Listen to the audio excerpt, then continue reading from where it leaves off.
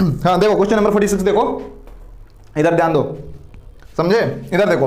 और Wheatstone bridge is use to determine the value of unknown resistance X. एक Wheatstone bridge है जिसको use कर रहे हैं हम एक अननोन रेजिस्टेंस फाइंड करने के लिए। व्हीट स्टोन का काम ही वही होता है कि एक अननोन रेजिस्टेंस को फाइंड करता है by adjusting the variable resistance Y. ये वेरिएबल क्यों लिखा है? क्योंकि इसको एडजस्ट कर सकते हैं हम अपने आप से, खुद से एडजस्ट करेंगे ताकि एक्स वाई वाई का रेशियो पी वाई क्यू के रेशियो के बराबर मिल जाए। ध्यान करो, एक व्हीट स्टोन ब्रिज का क्या होता है रूल कि P अपॉन Q जो है P बाई क्यू इक्वल होना चाहिए किसके बराबर? एक्स अपॉन वाई के रेशियो के बराबर। बोलो सही, P by Q equal to X by Y के रेशियो के बराबर होना चाहिए।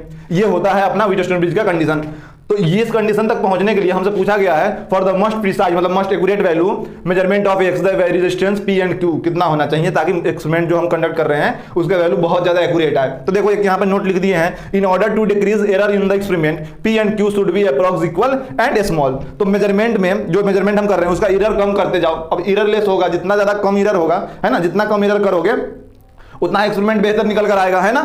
Most precise most accurate measurement देगा वो। तो एरर कम कब हो सकता है? तो हमें एरर कम करने के लिए P and Q should be approx equal and small. इन दोनों आपस में अप्रॉक्स इक्वल होना पड़ेगा और दोनों छोटे छोटे होने पड़ेंगे, थोड़ा कम स्मॉल होना पड़ेगा। क्यों ऐसा?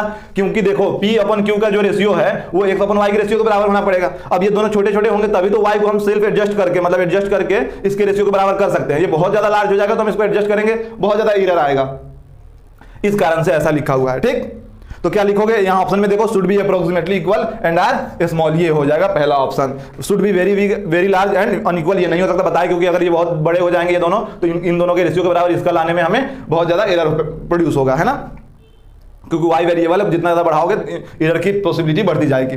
दूसरा, और जितना ज्यादा एरर बढ़ेगा उतना ही कम एक्यूरेट वैल्यू निकल के आएगी। Do not play any significant role, ये तो ऐसे ही गलत है। शुड बी नहीं, ये दोनों तो ऐसे ही गलत है। समझ गए ना कि ये क्यों नहीं होगा, ये क्यों नहीं होगा और ये क्यों नहीं होगा। ये दोनों तो देखो ऐसे ही नहीं होगा। इसमें डाउट था किसी को तो देख लो, इसलिए नहीं होगा क्योंकि अगर ये बहुत ज्यादा लार्ज हो जाता तो तुम इसको बैलेंस करने के लिए एक्स अपन वाई की रेशियो इसके बराबर करना पड़ता, और बैलेंस ये होता नहीं क्योंकि ये वेरिएबल रेजिस्टेंस है कि जितना कितना ज्यादा तुम बढ़ा लोगे इसको, है ना। अब बढ़ा भी लोगे तो जितना ज्यादा बढ़ाओगे उतना ज्यादा एरर आएगा, तो मोस्ट प्रिसाइज वैल्यू तो आएगा ही नहीं, एक्यूरेट वैल्यू आएगा ही नहीं। बोलो सही, हाँ ना बोलो, अरे बोलो भैया।